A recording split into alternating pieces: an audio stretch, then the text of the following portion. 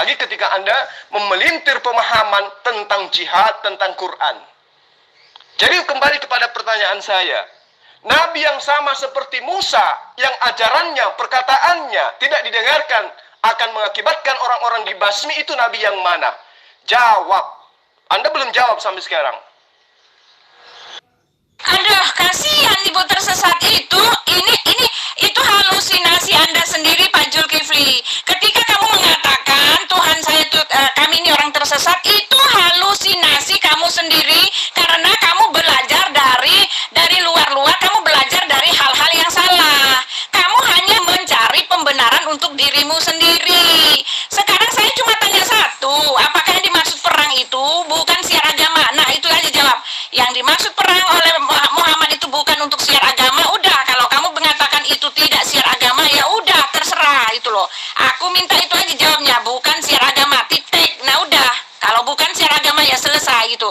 Lalu kamu konfirmasi, rembukan dengan ustadzmu, kenapa berani-beraninya mengatakan jangan malu gitu ya.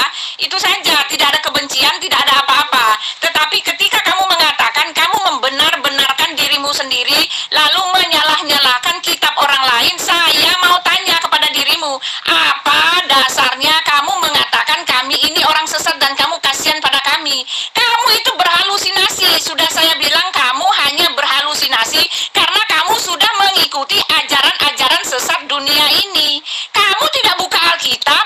Ketika kamu buka Alkitab, kamu akan melihat dengan jelas terang benderang Yesus itu adalah Tuhan, karena banyak sekali yang mengatakan seperti itu. Bukan cuma Yesus menyatakannya, tetapi dia menunjukkannya.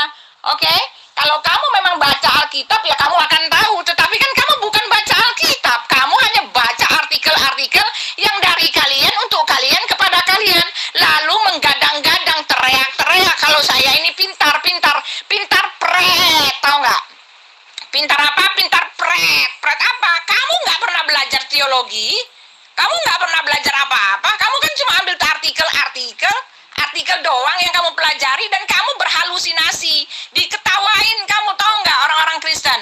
Enak aja mengaku pintar apaan? Sekolah aja kagak kok. Sekolah teologi aja kagak. Nih, salah satu contoh nih ya, saya kasih ajaran kepada ibu. Kenapa saya katakan saya kasihan sama ibu? Dasar pijakan ibu menuhankan Yesus itu berdasarkan salah satunya adalah Yohanes 13 ayat 13. Kamu menyebut aku guru dan Tuhan. Dan kamu benar, sebab aku memang adalah guru dan Tuhan. Itulah sebabnya kemudian orang Kristen itu saya katakan kasihan, karena mereka hanya memahami terjemahan. Sehingga mereka mengatakan Yesus sendiri kok yang ngaku dirinya itu adalah Tuhan. Padahal dasar pijakan saya mengasihani ibu itu karena saya lebih paham kitab ibu daripada ibu. Kalau Yohanes 13 ayat 13 Anda maknai, akulah guru dan Tuhan, maka jangan salah. Coba Anda baca di dalam Wahyu 17 ayat 14. Mereka ingin berperang melawan anak domba. Dan anak domba itu akan mengalahkan mereka. Sebab anak domba itu adalah Tuan di atas segala Tuan. Raja di atas segala raja. Nah, kata Tuan di dalam Wahyu 17 ayat 14 itu berasal dari kata Kurios. Nah, di dalam Yohanes 13 ayat 13 juga adalah kata Kurios. Berarti Kurios di dalam ayat 17 di ayat 14 Wahyu 17 itu jelas maknanya, sebab dia adalah Tuhan di atas segala Tuhan. Ya. Tidak mungkin dimaknakan sebab dia adalah Tuhan di atas segala Tuhan. Kalau dimaknakan Tuhan di atas segala Tuhan, berarti kitab ibu sudah mengakui adanya Tuhan-Tuhan lain. Tetapi di ayat itu jelas dikatakan Kurios. Kurios itu adalah Tuhan. Berarti Yesus itu adalah Tuhan. Artinya junjungan. Artinya panutan. Artinya Sayyid. Ya. Jadi ibu tidak bisa mengelak ketika saya mengatakan saya kasihan sama ibu. Karena menuhankan Yesus. Wahyu 17 ayat 14. Karena Yesus adalah Tuhan di atas segala Tuhan. Yohanes 13 ayat 13, akulah guru dan tuan. Dan katamu itu memang benar, sebab aku itu adalah guru dan tuan. Jadi bukan Tuhan di situ, tapi tuan, sebagaimana Wahyu 17 ayat 14. Tetapi ibu kemudian muncul menuhankan Yesus, itulah sebabnya saya kasihan. Itu menurut dalil. Nah, bagaimana menurut Paulus? Bagaimana menurut Yesus? Dia bukan Tuhan. Di mana dibuktikan itu? Yohanes 17 ayat 7. Hidup kekal itu adalah mereka mengenal Engkau, satu-satunya Allah, satu-satunya Bapa, satu-satunya Tuhan yang benar, dan mengenal aku sebagai utusanmu, atau rasulmu, atau Rasulullah. Udah selesai. Jadi saya kasihan memang sama ibu. Lalu ketika ibu mencoba untuk mengatakan, jangan malu. Saya tidak pernah malu. Orang sedunia juga tahu Islam ditegakkan dengan kalimat tauhid la ilaha illallah. Dan orang-orang yang melawan kata tauhid yang ditegakkan oleh Muhammad SAW itu akan diperangi. Saya tidak malu. Tetapi yang saya banggakan kemudian adalah, itu adalah izin dari Allah. Al-Hajj ayat 39 sampai ayat 40 dikatakan telah diizinkan berperang bagi orang-orang yang diperangi. Berarti ketika Rasulullah Muhammad SAW menegakkan kalimat la ilaha illallah kemudian ditolak, diperangi, maka disitulah diizinkan perang itu terjadi. Ya, itu yang perlu ibu pahami dengan baik. Dan kemudian perang itu diizinkan di dalam ajaran agama Islam. Kenapa? Karena dalilnya jelas. Dan sesungguhnya Allah benar-benar maha kuasa menolong mereka, yaitu orang-orang yang telah diusir dari kampung halaman mereka tanpa alasan yang benar. Dan tak lain karena perkataan mereka, yaitu Tuhan kami hanyalah Allah. Gara-gara Muhammad SAW mengajarkan Tuhan kami bukan sembahan-sembahan kalian, Tuhan kami adalah Allah, mereka kemudian diusir, maka wajib hukumnya mereka mempertahankan. Itulah yang disebut dengan jihad. Nah, itu yang diperjuangkan oleh Rasulullah Muhammad SAW, layaknya para nabi. Bagaimana Musa kemudian berperang, bagaimana Musa kemudian membunuh, bagaimana Musa kemudian mengusir, bagaimana Musa kemudian merampas. Itu sudah aturan Tuhan kepada mereka. Begitu juga ketika Yesus diperintahkan untuk melawan, menegakkan ajaran la ilaha illallah. Sampai-sampai dia berjihad, menjual pundi-pundi, menjual jubah, mempersiapkan bekal, membeli pedang untuk berperang, dan itulah adalah jihad. Etika perang dalam ajaran Islam sangat diatur dengan terang. Dan perangilah di jalan Allah orang-orang yang memerangi kamu. Jelas kan? Perangi orang yang memerangi kamu, tetapi jangan kamu melampaui batas. Surah Al-Baqarah ayat 190. Karena Allah tidak suka orang-orang yang melampaui batas. Jadi umat Islam itu disuruh berjihad, disuruh berperang apabila diperangi. Jangan kau melampaui batas. Ya. Itu yang perlu ibu pahami dengan baik. Sementara di dalam kitabnya ibu, justru Yesus yang mengajarkan jihad itu secara terang-terangan. Akan tetapi, semua orang yang menolak aku, semua orang yang tidak menganggap aku Mesias, semua orang yang tidak menganggap aku Raja, bawalah kemari, bunuhlah mereka di hadapanku. Lukas 19 ayat 27. Muhammad sallallahu alaihi wasallam tidak pernah mengatakan kata itu. Muhammad sallallahu alaihi wasallam tidak pernah mengatakan bahwa tapi semua orang-orang yang melawan aku, yang tidak suka aku menjadi nabi, yang tidak suka aku menjadi rasul, bawalah mereka kemari dan bunuhlah di hadapanku mereka semua. Muhammad sallallahu alaihi wasallam tidak pernah mengatakan itu. Tapi Yesus menurut informasi kitabmu Lukas 19 ayat 27 jelas memerintahkan kepada seluruh orang yang tidak mengakui dia sebagai raja, entah raja di mana. Yesus perintahkan untuk dibunuh di hadapan Yesus. Pahami, selami, dan tinggalkan ajaran yang membuat akal ibu tidak berfungsi, mati total. Kata siapa Yesus memimpin pedang? Ini kan halusinasimu sendiri. Nggak bisa kamu sama-samakan nabimu dengan Tuhanku. Beda, nabimu dengan Yesus nggak sama bro. Tidak sama, beda bagai bumi dengan langit Pak Zulkifli. Beda bagai bumi dengan langit Pak Zulkifli. Yesus itu nabi yang sekaligus Tuhan. Kalau Muhammad nabi yang sekaligus akan dihakimi oleh Yesus. Beda. Yesuslah yang akan menghakimi nabimu itu. Jangan kamu sama-samakan Yesus dengan nabimu.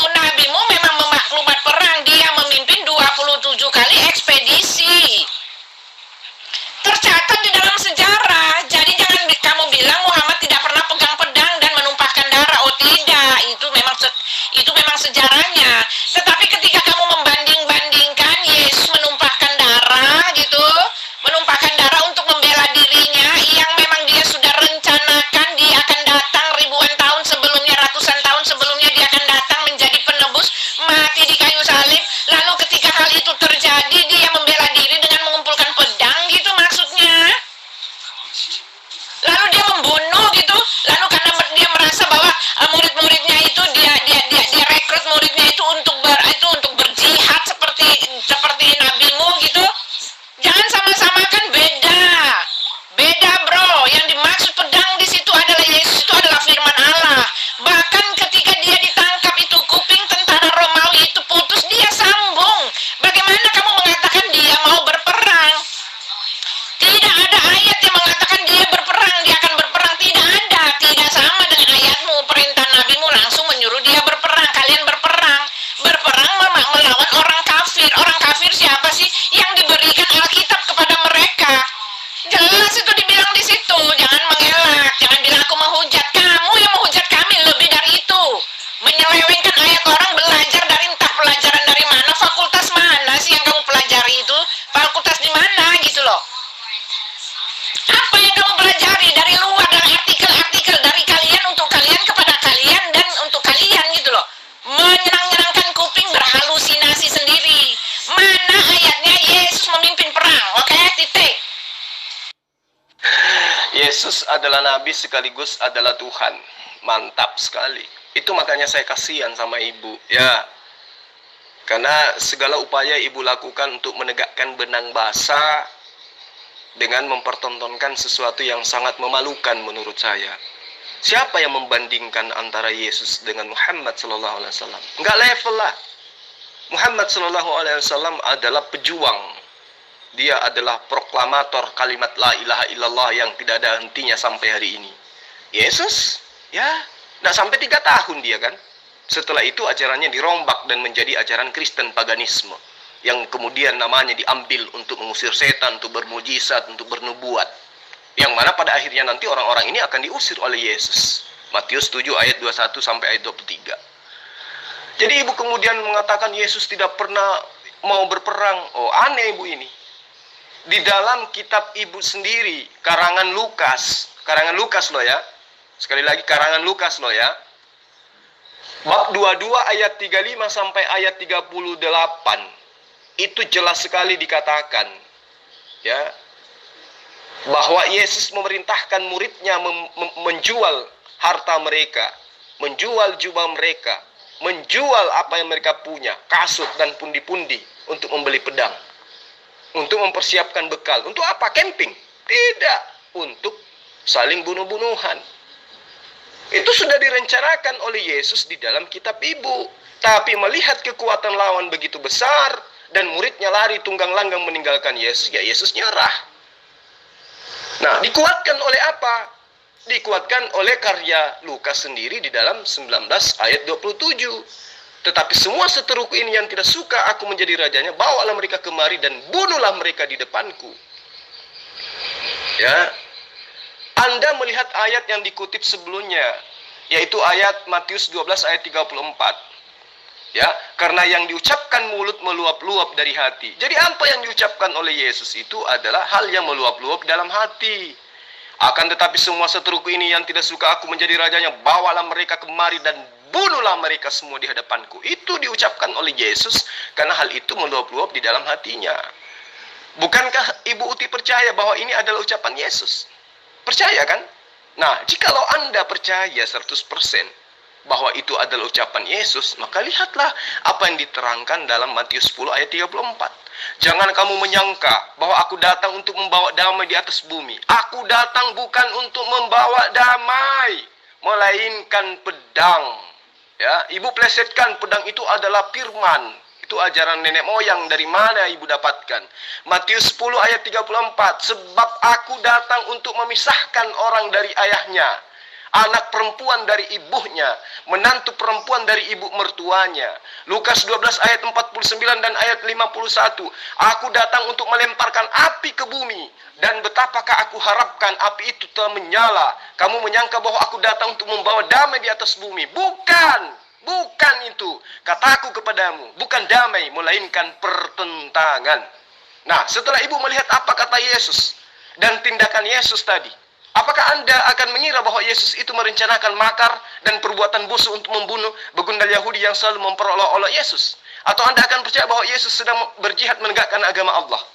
Ayo, coba ibu jawab dengan baik. Itu Yesus ingin berjihad atau Yesus ingin jualan sate?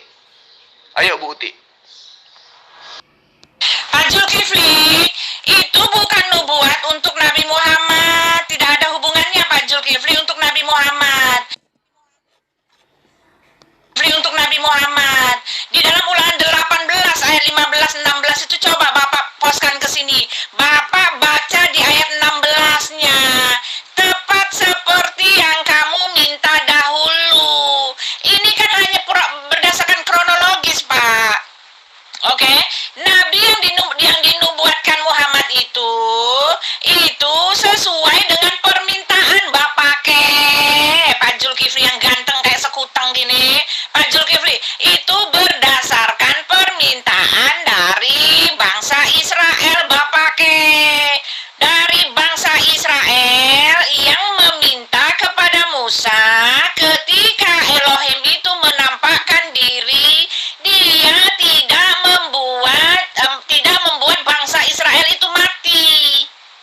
Oke, karena ketika Elohim menampakkan diri, Elohim membuat bangsa itu banyak yang mati. Oleh sebab itu bangsa Israel itu memohon kepada Musa supaya janganlah Elohim datang sendiri langsung dalam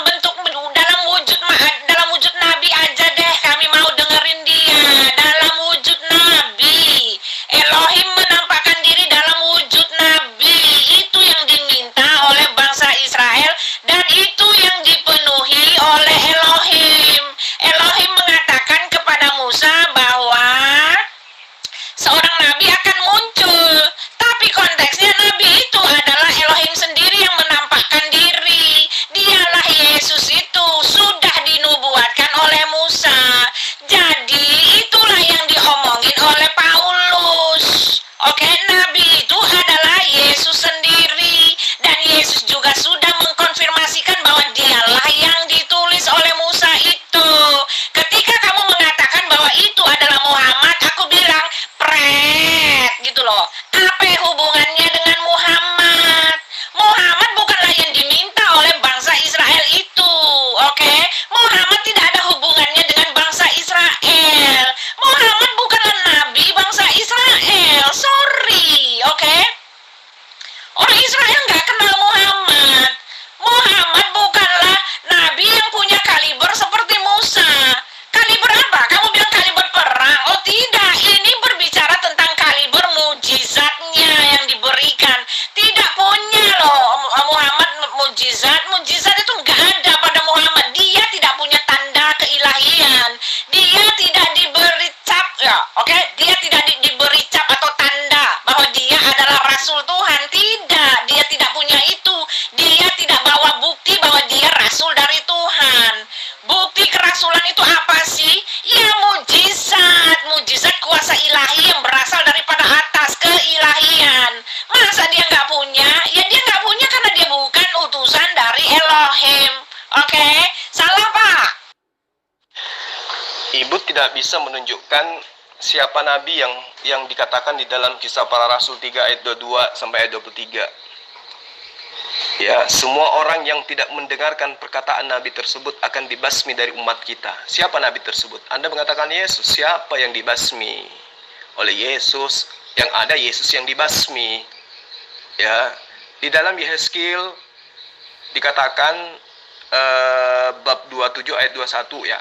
Arab dan semua pemuka Kedar berdagang dengan engkau dalam anak domba jantan dan kambing jantan, dalam hal itulah mereka berdagang dengan engkau. Nubuat perjanjian lama itu menyebut kata Kedar, putra kedua Ismail, Kejadian 25 ayat 13, yang pada akhirnya menunjukkan keturunan daripada yang akan menurunkan Rasulullah Muhammad SAW.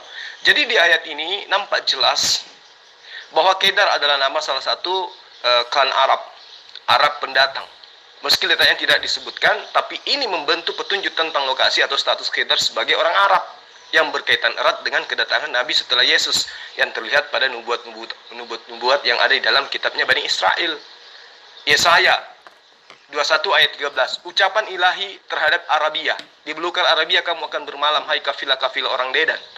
Hai penduduk tanah Tema, keluarlah, bawalah air kepada orang haus. Pergilah, sambutlah orang pelarian dengan roti, sebab mereka melarikan diri terhadap pedang. Ya, terhadap pedang yang terhunus, terhadap busur yang dilenturkan, dan terhadap kehebatan peperangan. Sebab beginilah firman Tuhan kepadaku, dalam setahun lagi, menurut masa kerja prajurit upahan, maka segala kemuliaan Khidr akan habis. Nah, ini yang perlu ibu pahami dengan baik. Di ayat 13 ini, di dalam Yesaya ini, terdapat kata Arabiyah yang memberi isyarat tentang kelompok bangsa Arab yang hendak melakukan hijrah. Pengikut Muhammad SAW ketika itu masih sedikit. Dalam ayat di atas, ayat-ayat yang saya bacakan tadi di atas, ya, itu digambarkan hanya diikuti oleh orang-orang Dedan, anak Yoksan, anak Abraham.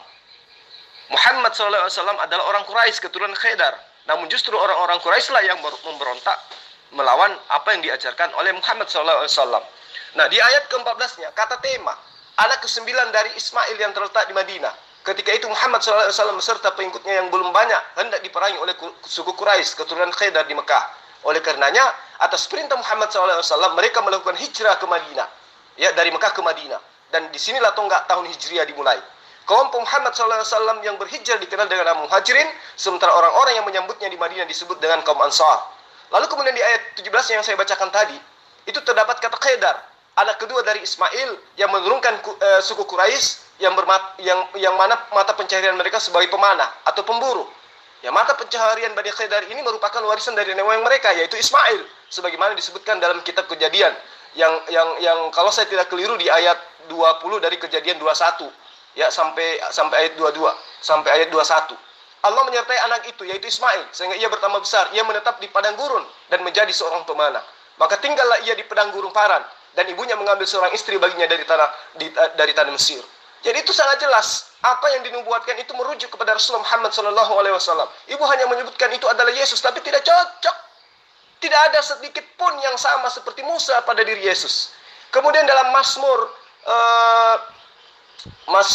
84 ayat 5, ayat 7, itu jelas mengatakan tentang tempat bersiarah yang kemudian disebut dengan sumur Zamzam di Baka. Berbahagialah manusia yang kekuatannya di dalam engkau, yang berhasrat mengadakan siarah. Tuh, siarah berarti haji, umroh.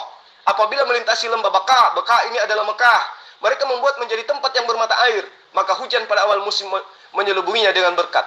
Nah, ayat-ayat ini berbicara tentang tempat bersiarah yang selalu ramai dikunjungi oleh orang-orang, yaitu Baka atau Mekah. Jadi frasa kata yang bermata air dalam ayat ini itu memberi petunjuk kepada kita, memberi petunjuk kepada orang-orang yang berpikir tentang kejadian ajaib Ismail ketika masih bayi, yaitu peristiwa terbentuknya sumur Zamzam di lembah Baka. Di mana lokasi Baka ini selain di Jazirah Arab? Al-Quran dengan tegas mengatakan bahwa Baka adalah Mekah. Di dalam surah 3 ya, ayat 96 sampai ayat 97 kalau saya tidak salah. Sesungguhnya rumah yang mula-mula dibangun untuk manusia ialah Baitullah, yaitu yang ada di Baka atau Mekah, yang diberkati, yang menjadi petunjuk bagi manusia. Padanya terdapat tanda-tanda yang nyata, di antaranya makam Ibrahim. Lalu kemudian barang siapa yang memasuki rumah itu menjadi amanlah dia. Mengerjakan haji adalah kewajiban bagi manusia terhadap Allah, yaitu orang-orang yang sanggup mengadakan perjalanan ke Baitullah dan seterusnya. Lalu kemudian di dalam Yesaya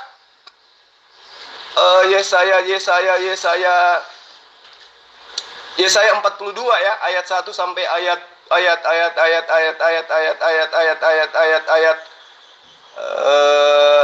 Yesaya 42 ayat sampai kepada ayat 25. Ya, di situ diterangkan bahwa lihatlah hamba-hambaku yang kupegang, orang pilihanku. Kepadanya aku berkenan, aku telah menaruh rohku ke atasnya, supaya ia menyatakan hukum kepada bangsa-bangsa. Siapa yang menyatakan hukum kepada bangsa-bangsa? Hanya Muhammad SAW. Yesus tidak mampu. Musa hanya kepada bangsa Israel. Kalau Kristen bukan hukum-hukum yang diajarkan kepada bangsa-bangsa, tetapi kebebasan dari hukum-hukum Tuhan. Itu jadi kebalik. Jadi yang menegakkan hukum-hukum kepada bangsa-bangsa hanya Muhammad sallallahu alaihi wasallam. Ia tidak akan berteriak atau menyaringkan suara atau memperdengarkan suaranya di jalan. Bulu yang patah terkulai tidak akan diputuskannya, dan sumbu yang pudar nyalanya tidak akan dipadamkannya, tetapi dengan setia ia akan menyatakan hukum. Siapa dia? Muhammad sallallahu alaihi wasallam. Ia sendiri tidak akan menjadi pudar dan tidak akan patah terkulai sampai ia menegakkan hukum di bumi. Segala pula mengharapkan pengajarannya. Siapa dia? Muhammad sallallahu alaihi wasallam. Ajaran Yesus cuma sampai 3 tahun, hancur lebur, dihabisi oleh tentara-tentara Romawi pada saat itu. Beginilah firman Allah, Tuhan yang menciptakan langit, yang membentangkannya dan menghamparkannya bumi dengan segala yang tumbuh di atasnya, dan memberikan napas kepada umat manusia, mendudukinya dan nyawa kepada mereka yang hidup di atasnya. Aku ini Tuhan telah memanggil engkau untuk maksud menyelamatkan, telah memegang tanganmu, aku membentuk engkau, memberi engkau menjadi perjanjian bagi umat manusia, menjadi terang untuk bangsa-bangsa. Siapa dia? Muhammad sallallahu alaihi wasallam. Yesus hanya untuk Bani Israel, sementara Muhammad sallallahu alaihi wasallam itu diutus kepada seluruh umat manusia. Kemudian di ayat 7-nya, untuk membuka mata yang buta, mengeluarkan orang hukuman dari tempat tahanan, dan mengeluarkan orang yang duduk dalam gelap dari rumah penjara. Aku ini Tuhan, itulah nama aku. Aku akan memberikan kemuliaanku kepada yang lain. Tidak akan memberikan kemuliaanku kepada orang lain atau kemasyhuranku kepada patung. Yesus tidak mengajarkan ini. Bahkan orang-orang yang mengklaim dirinya pengikut Yesus itu justru membuat patung. Patungnya Yesus lagi. Jadi nubuat-nubuat yang terdahulu sekarang sudah menjadi kenyataan. Hal-hal baru hendak kuberitahukan sebelum hal itu muncul untuk mengabarkan kepadamu. Nyanyikanlah nyanyian baru bagi Tuhan. Apa itu? Subhanallah, walhamdulillah, wala ilaha illallah, Allahu Akbar. Dia dari ujung bumi, baik laut bergemuruh serta segala isinya, dan pulau-pulau dengan segala penduduknya. Hanya kalimat tauhid, tahmid dan seterusnya yang dikumandangkan siang malam tanpa henti dari ujung bumi sampai ke ujung bumi lainnya. Baiklah padang gurun menyaringkan suaranya di kota-kotanya dan desa-desanya yang didiami Kedar. Baiklah bersorak-sorai penduduk Bukit Batu. Baiklah mereka berseru-seru dari puncak gunung ke gunung. Itu cuma digenapi oleh ajaran Islam. Bagaimana kemudian kalimat takbir Allahu Akbar dikumandangkan di setiap masjid sepanjang hari, sepanjang malam, sampai kiamat itu akan datang. Dan itu digenapi oleh umat Islam, tidak digenapi oleh Kristen, apalagi pengikut Yesus. Baiklah mereka memberi penghormatan kepada Tuhan, memberikan pujian yang kepadanya di pulau-pulau, hanya dilakukan oleh umat Islam. Tuhan keluar berperang seperti pahlawan, seperti orang perang. Ia membangkitkan semangatnya untuk bertempur. Ia bertempik sora, ia memekik terhadap musuh-musuhnya, dan ia membuktikan kepahlawanannya. Siapa dia? Muhammadur Rasulullah. Hanya dia yang berperang melawan untuk menegakkan kalimat Allah. Ia bertempik sora, ia memekik terhadap musuh-musuhnya, ia membuktikan kepahlawanannya. Hanya Muhammad SAW. Yesus terkulai lemas, tidak bisa ngapa-ngapain. Aku membisu dari sejak dahulu kala, aku berdiam diri, aku menahan hatiku. Sekarang aku mau mengerang seperti perempuan yang melahirkan. Aku mau mengah-mengah dan megap-megap. Aku mau membuat tanduk gunung-gunung dan bukit-bukit, dan mau membuat layu segala tumbuh-tumbuhan. Aku mau membuat sungai-sungai menjadi tanah kering, dan mau membuat kering-kering telaga-telaga. Aku mau memimpin orang-orang buta di jalan yang tidak mereka kenal, dan mau membawa mereka berjalan di jalan-jalan tidak mereka kenal. Aku mau membuat kegelapan dan di depan mereka menjadi terang, dan tanah bertekuk menjadi tanah yang rata. Itulah hal-hal yang hendak kulakukan kepada mereka, yang pasti akan kulaksanakan. Dan itu digenapi oleh Muhammad SAW. Orang-orang yang percaya kepada patung pahatan, yaitu Kristen, akan berpaling ke belakang dan mendapat malu, yaitu orang-orang yang berkata kepada patung tuangan, kamulah Allah kami. Itulah diajarkan oleh dalam Kristen, dalam gereja mereka ada patungnya Yesus. Dengarkanlah hai orang-orang tuli, pandanglah dan lihatlah hai orang-orang yang buta. Siapakah yang buta selain dari hambaku yang tuli seperti tulisan kusuruh, seperti utusan yang kusuruh? Siapakah yang buta seperti suruhanku, yang tuli seperti hambaku?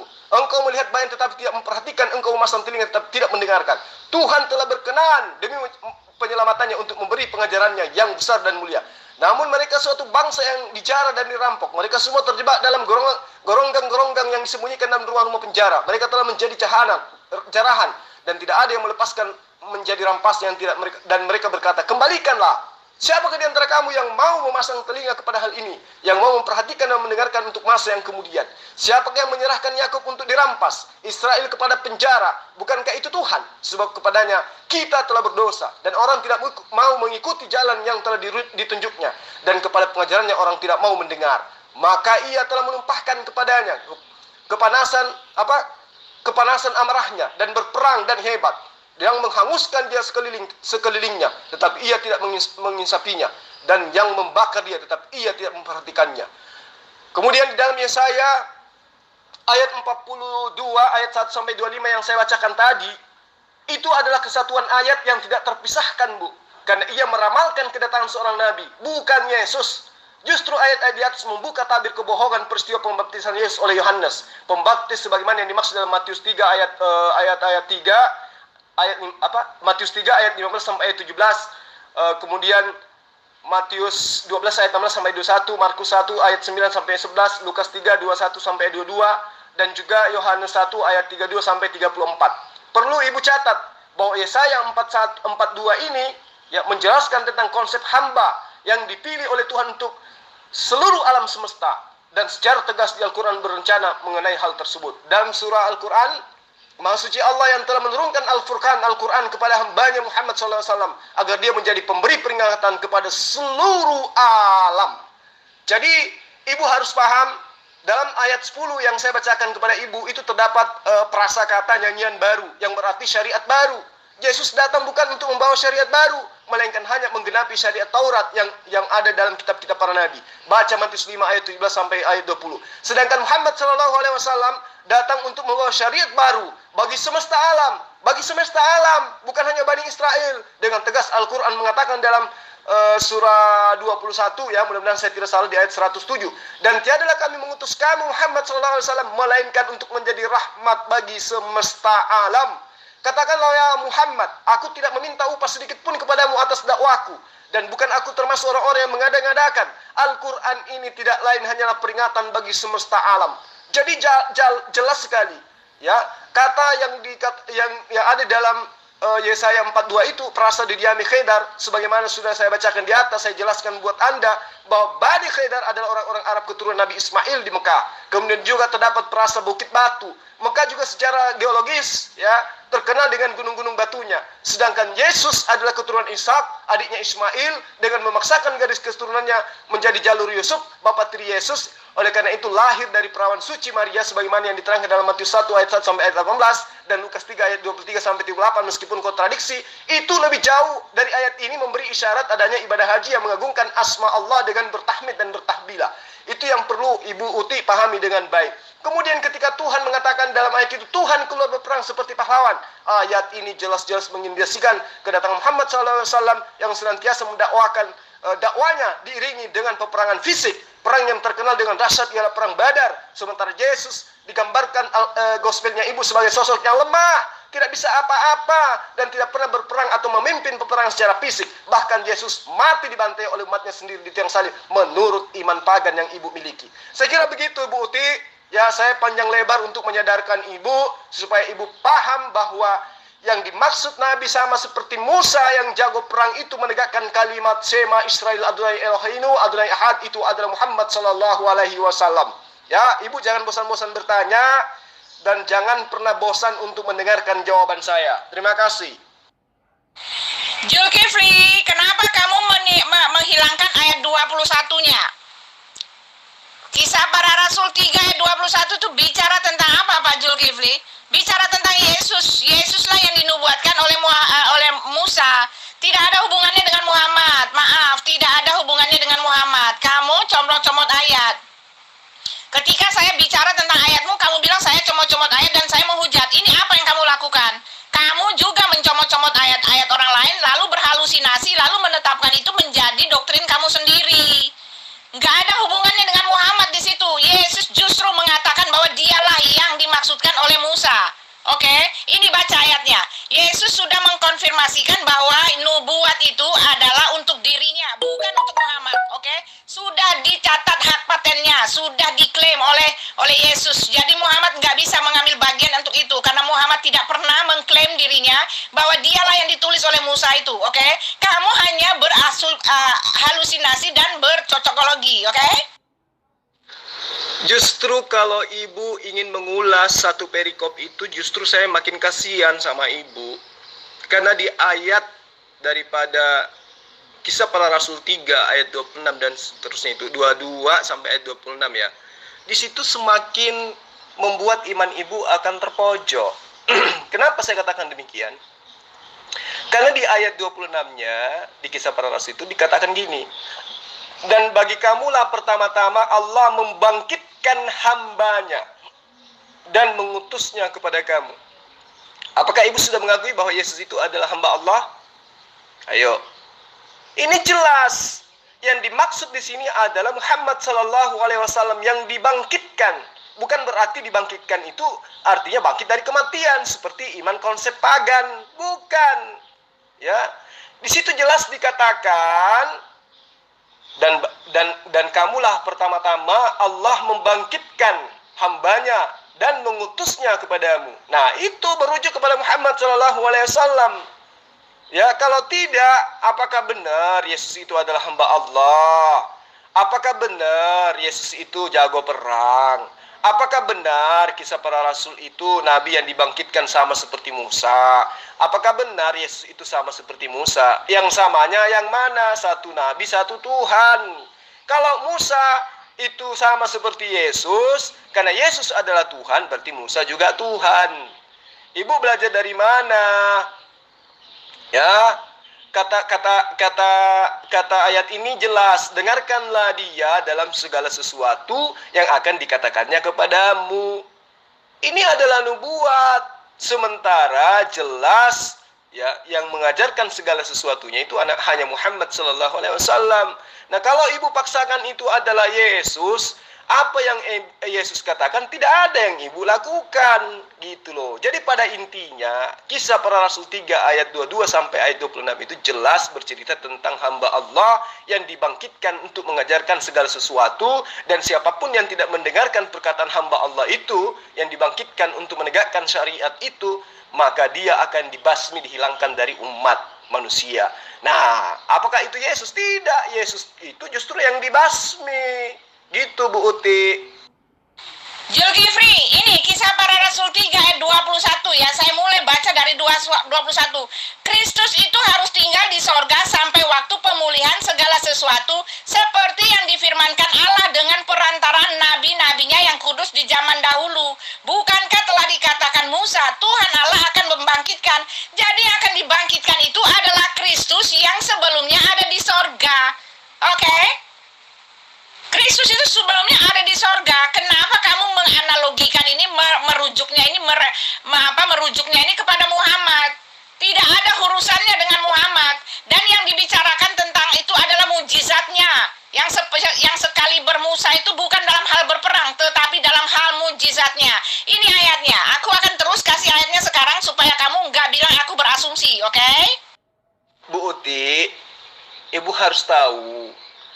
Lembaga Alkitab Indonesia itu menggantikan langit menjadi surga. Jadi dalil yang sebenarnya itu adalah ya, orang yang dikasih itu atau orang yang diberkati oleh Allah itu, yaitu Kristus atau Mesias, itu harus tinggal di langit sampai waktu pemulihan segala sesuatu seperti yang difirmankan Allah dengan perantaraan nabi-nabi yang kudus di zaman dahulu.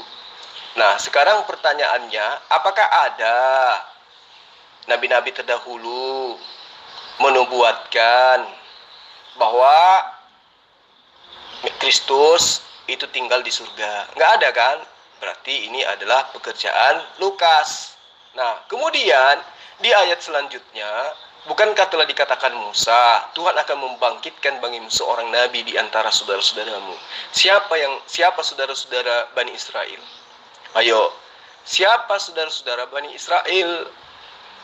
Ayo, masa saudara-saudara Bani Israel adalah Yesus? Saudara-saudara Bani Israel itu ya Bani Ismail. Itu yang perlu ibu pahami. Lalu kemudian dikatakan di ayatnya, dan semua nabi yang pernah berbicara mulai dari Samuel dan sesudahnya dia telah menubuatkan tentang zaman ini.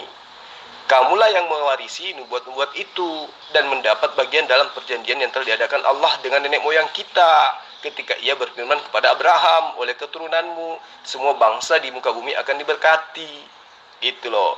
Nah, apakah kemudian ajaran Kristen yang menuhankan Yesus memberkati seluruh umat manusia? Tidak. Justru ajaran Muhammad SAW itulah yang menjadi berkat bagi seluruh alam.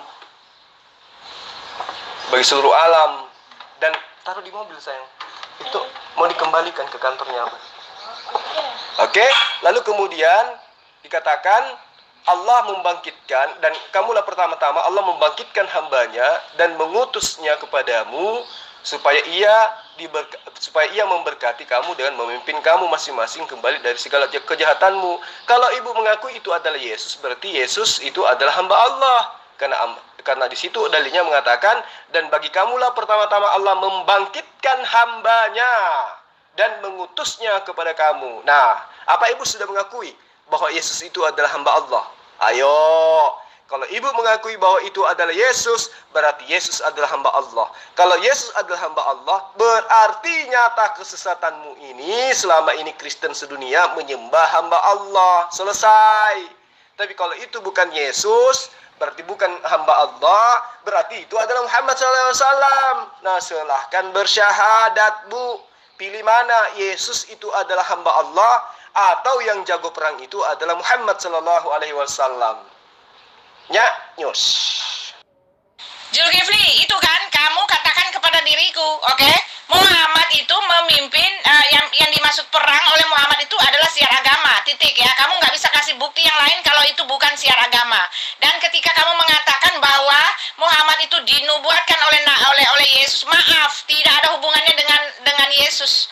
Karena yang dinubuatkan itu adalah atas permintaan bangsa Israel. Bangsa Israel yang meminta supaya Elohim itu menampakkan diri, tidak membuat mereka mati. Itu dia, oke? Ibu mau lari kemanapun, jelas tidak nyambung kepada Yesus. Semakin Anda mengutip dalil, semakin nyata itu semuanya kepada Muhammad SAW. Seorang Nabi akan kubangkitkan bagi mereka dari antara saudara mereka. Siapa saudara Bani Israel? Ya Bani Ismail. Seperti engkau ini. Siapa yang sama seperti Musa? Ya Muhammad SAW. Aku akan menaruh firmanku di dalam mulutnya. Nah, siapa yang ditaruh mulutnya firman Allah? Muhammad SAW. Mana firman Allah yang ditaruh di dalam mulut Yesus? Nggak ada.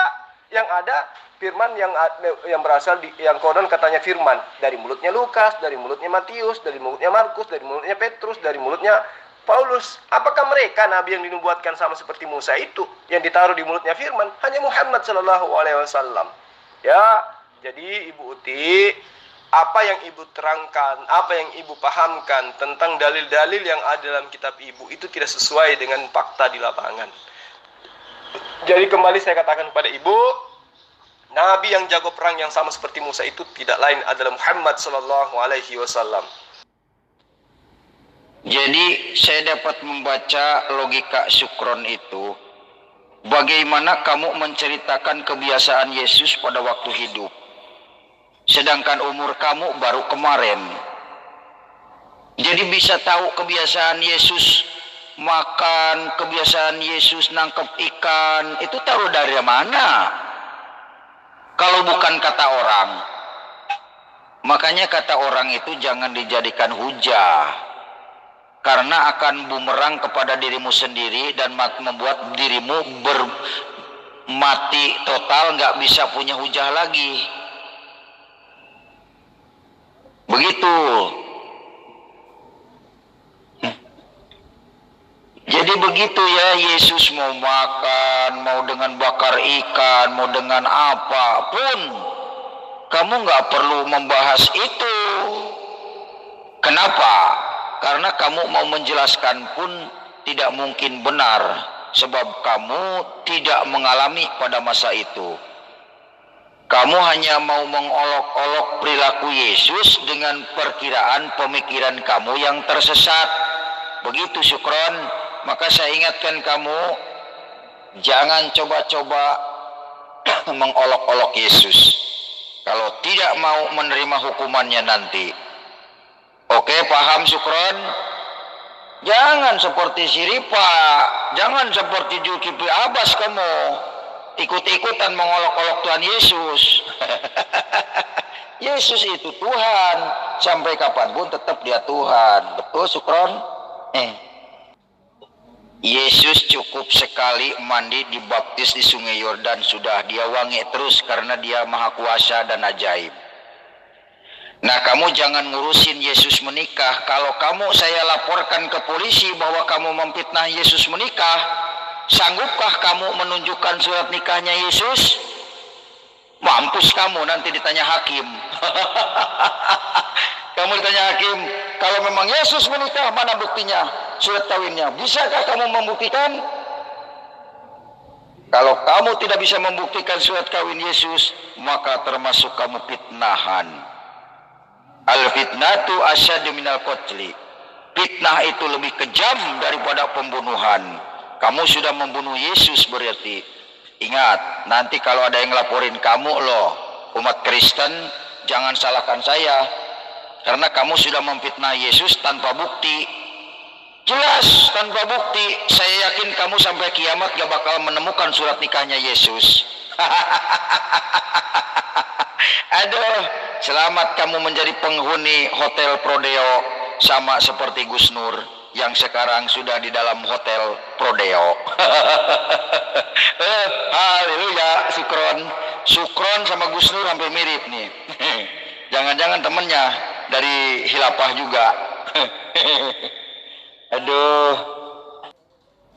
orang Semarang bisa masuk surga kalau ikut orang Kudus. Orang Kudus bisa masuk surga karena memang dia hatinya kudus. Begitu. Mengajarkan Bu Uti ini supaya bisa sehat ya, kembali kepada jalan yang benar. Kita dengarkan iklan dulu ya. Nanti kita lanjut sedikit lagi. Iklan dulu, iklan. Jangan disamakan dengan Samo, Sukron. Kamu kan bukan Tuhan. Kalau nggak mandi kamu ya bau. Kalau Yesus nggak mandi juga wangi, karena ajaib dia, tubuhnya bisa wangi selamanya. Ya, jadi menurut saya apanya yang untung bagi kamu mencari apanya kok yang dibahas sampai ke mandi-mandi. Jadi ini pertanyaan kamu ini yang nggak jelas arah tujuannya. Kamu sendiri nggak tahu tujuan ini. Udah kelihatan nih pertanyaan yang nggak punya dalil ini. Ini pertanyaan nggak punya arah tujuan ini. Hah? Masa mandi saja dibahas di tempat kayak gini. Jadi kelihatan kamu ini nol, nggak punya ilmu ya, ditampilkan di publik. Kalau membahas itu yang kira-kira ilmiah ke depannya bagaimana? Kamu bertanya itu yang harusnya kamu ini tahu, belum tahu, baru kamu tanyakan. Kalau kamu menanyakan yang sudah tahu, kamu mau ngajarin orang tua. Aduh, udah ketahuan ilmumu belepotan begitu, mau ngajarin Muhammad Kacek lagi.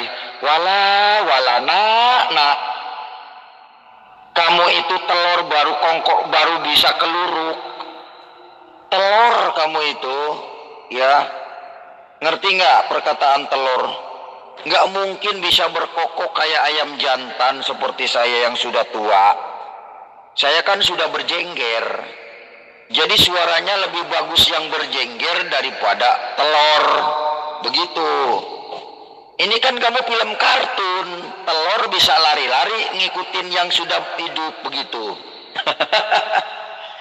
Begitu, Sukron. Kamu lu bikin lucu aja. Jadi pemahaman Alkitab itu jangan mengikuti alur kamu yang baru hidup ke zaman kemarin. Artinya begini, jangan sok tahu gitu loh. Jangan sotoy. Paham nggak sotoy? Kamu kan taunya Alkitab itu katanya, kata orang kan.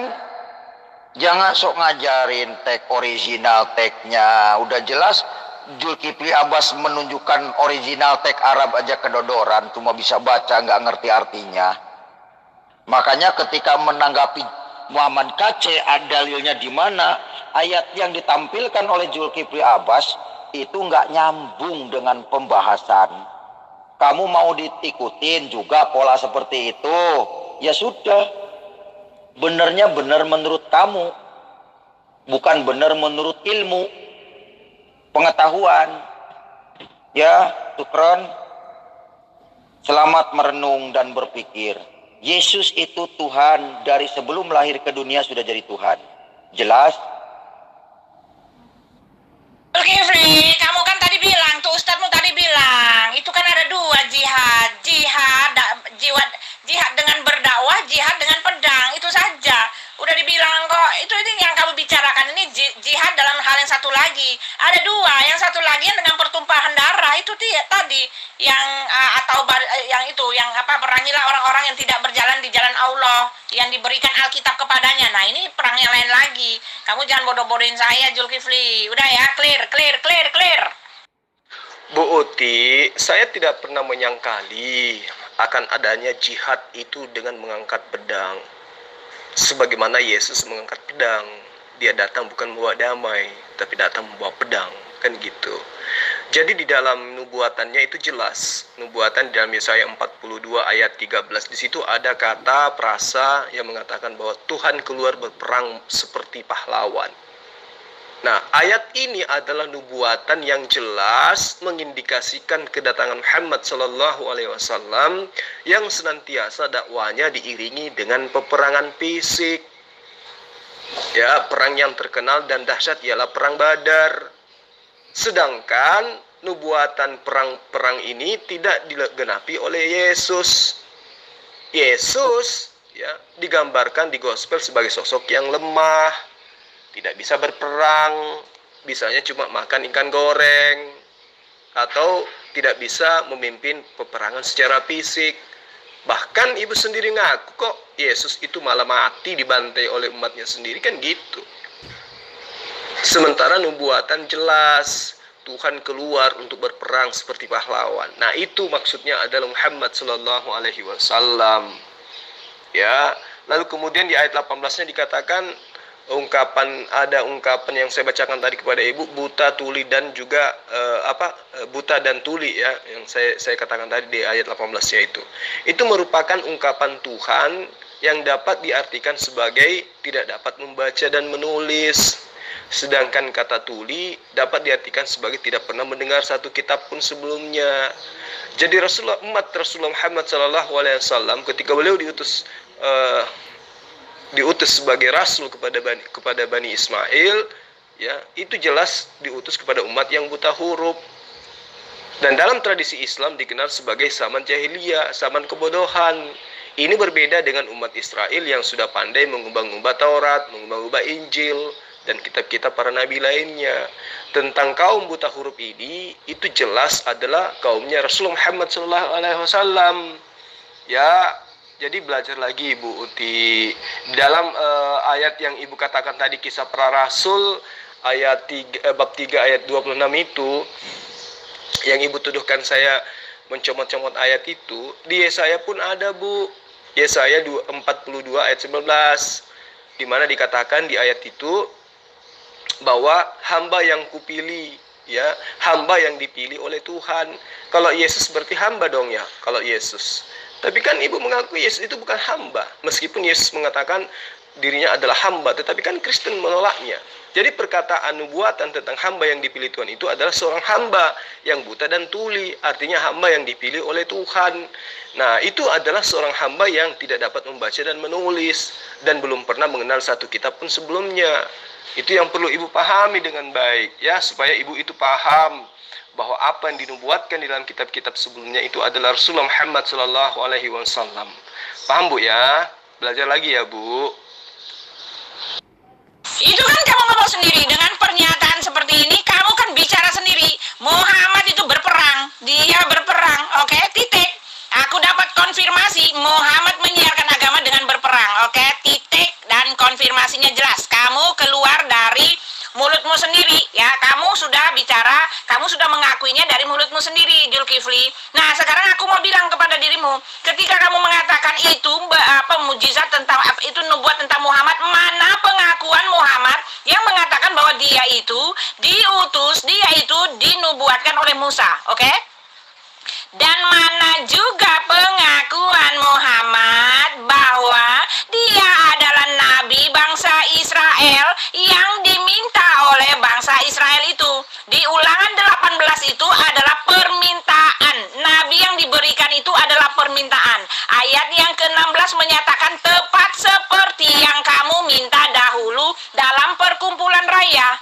Kamu baca di dalam Keluaran 20, perjalanan mereka itu ketika meminta kepada Musa, bahwa mereka meminta kepada Musa supaya Elohim itu ketika menampakkan diri tidak membuat mereka mati, mereka meminta nabi saja. Elohim silahkan muncul dalam wujud nabi, jangan muncul dalam wujud api, oke? Api dan angin yang menderu-deru, itu sesuai permintaan, oke? Dan Yesus sudah mengkonfirmasikan bahwa dialah Allah yang menampakkan diri yang tidak membuat mereka mati, bahwa dialah yang telah dinubuatkan oleh Musa. Sekarang kalau kamu merujuk itu kepada Muhammad, mana pengakuan Muhammad yang mengatakan bahwa dialah yang disebut oleh Musa itu, yang dinubuatkan oleh Musa itu? Jadi Bu Uti, Nabi yang sama seperti Musa itu memang harus jago perang, Bu. Karena kalau dia tidak jago perang, dia tidak bisa menggenapi nubuatan itu. Dia harus sama seperti Musa, jago perang. Kan saya sudah bacakan nubuatannya tadi. Nah, supaya ibu lebih sadar lagi, lebih siuman lagi akan kebutaan ibu, coba ibu baca Yeremia 28 ayat 9. Tetapi mengenai seorang nabi yang bernubuat tentang damai sejahtera, berarti tentang Islam kan? Nah, jika nubuatan Nabi itu digenapi, maka barulah ketahuan bahwa Nabi itu benar-benar diutus oleh Tuhan. Ayo, mau nyangka lagi. Ayat ini jelas bercerita tentang damai sejahtera, yang adalah kata Ibraninya shalom, dan bahasa Arabnya adalah salam, ya, atau padanan katanya adalah Islam. Lihat Al-Quran 3 ayat 19 dan Al-Quran 5 ayat 3. Muhammad SAW itu jelas-jelas nyata mengemban misi Islam, dan sekarang sudah digenapi oleh pemeluk Islam, terutama seluruh jazirah Arab yang tunduk kepada Islam. Muhammad SAW juga banyak bernubuat, namun tidaklah cukup jazirah Arab yang tidak cukup ketika saya menjelaskan di sini, ya Bu ya. Jadi salah satunya nubuatan yang berkaitan dengan cucu beliau yang bernama Husain, yang ketika masih kecil sudah diramalkan oleh Muhammad SAW bahwa ia akan mati dipenggal kepalanya di padang Karbala, Irak. Dan memang benar-benar itu terbukti kan? Ya toh? Sementara Yesus yang Anda tuhankan membantah nubuatan tersebut, bahwa kedatangannya bukanlah membawa damai di bumi, melainkan pertentangan. Yesus mengatakan dalam Lukas 12 ayat 51, kamu menyangka bahwa aku datang untuk membawa damai di atas bumi. Bukan. Kataku kepadamu bukan damai, melainkan pertentangan. Sementara Muhammad SAW dinubuatkan justru membawa Islam, damai sejahtera, shalom, atau Islam. Baca Quran yang saya katakan tadi, ya. Lalu kemudian di pengajaran Yesus justru dia itu tidak membawa damai sejahtera, dia membawa peperangan. Matius 10 ayat 34, jangan kamu menyangka bahwa aku datang membawa damai sejahtera di atas bumi. Aku datang bukan untuk membawa damai sejahtera, melainkan pedang. Sebab aku datang untuk memisahkan orang dari ayahnya, anak perempuan dari ibunya, menantu dari ibu mertuanya. Ya, dan dikatakan pula bahwa musuh orang ialah orang-orang seisi rumahnya, kata Yesus dalam Matius 10 ayat 36. Jadi jangan bermimpi. Ya, lalu kemudian di dalam Yesaya 29 ayat 11.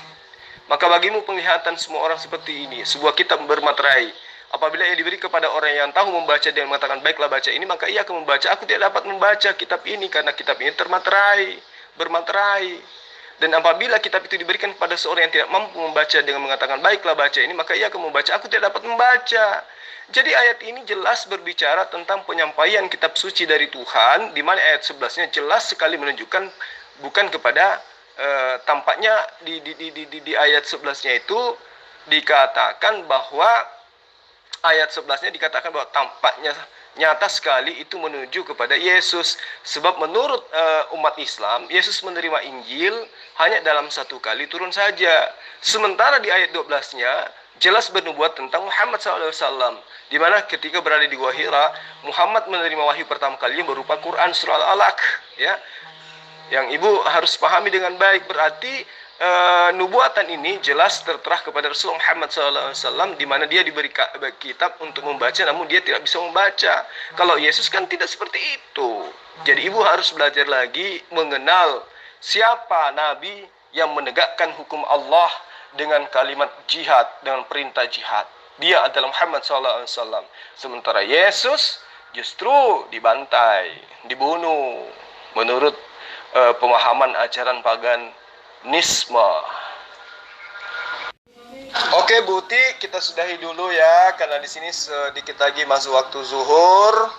Yang pada intinya ibu tidak bisa membuktikan siapa nabi yang sama seperti Musa, yang siapapun yang tidak mendengarkan perkataan nabi tersebut akan dibasmi dari umat kita. Itu tidak cocok dengan Yesus. Yang cocok itu adalah Muhammad SAW, yang kemudian Anda hujat sebagai jago perang. Justru jago perangnya Muhammad SAW itulah menunjukkan bahwa dia penggenapan nabi yang sama seperti Musa itu. Musa adalah pahlawan gagah berani, Musa adalah panglima perang yang perkasa, sama seperti Muhammad SAW. Sementara Yesus adalah pahlawan yang ditolong oleh Allah, yang tidak bisa apa-apa. Justru dia dibantai oleh tentara Romawi menurut versi iman Kristen. Jadi mau sekuat apapun ibu menolak, kebenaran literal dan juga fakta sejarah itu tidak bisa ibu pungkiri. Ya, ibu belajar lagi. Saya doakan mudah-mudahan ibu dapat hidayah, bisa menerima ajaran Yesus yang benar, bahwa Tuhan itu satu, tidak mungkin Yesus itu juga Tuhan, karena cuma ada satu Tuhan, dan Yesus itu hanyalah Rasulullah atau Rasul Tuhan, Rasul Allah. Saya kira demikian ya Buti dan juga para sahabat-sahabat sekalian. Salam satu Tuhan dari saya. Jaga kesehatan, semoga kita semua tetap dalam lindungan Allah Subhanahu wa taala. Kita doakan saudara-saudara kita Islam yang lain yang awam supaya jangan mudah tertipu oleh bisikan-bisikan misionaris yang senantiasa menyesatkan manusia dari jalan yang benar. Akhir kalam, assalamualaikum warahmatullahi wabarakatuh.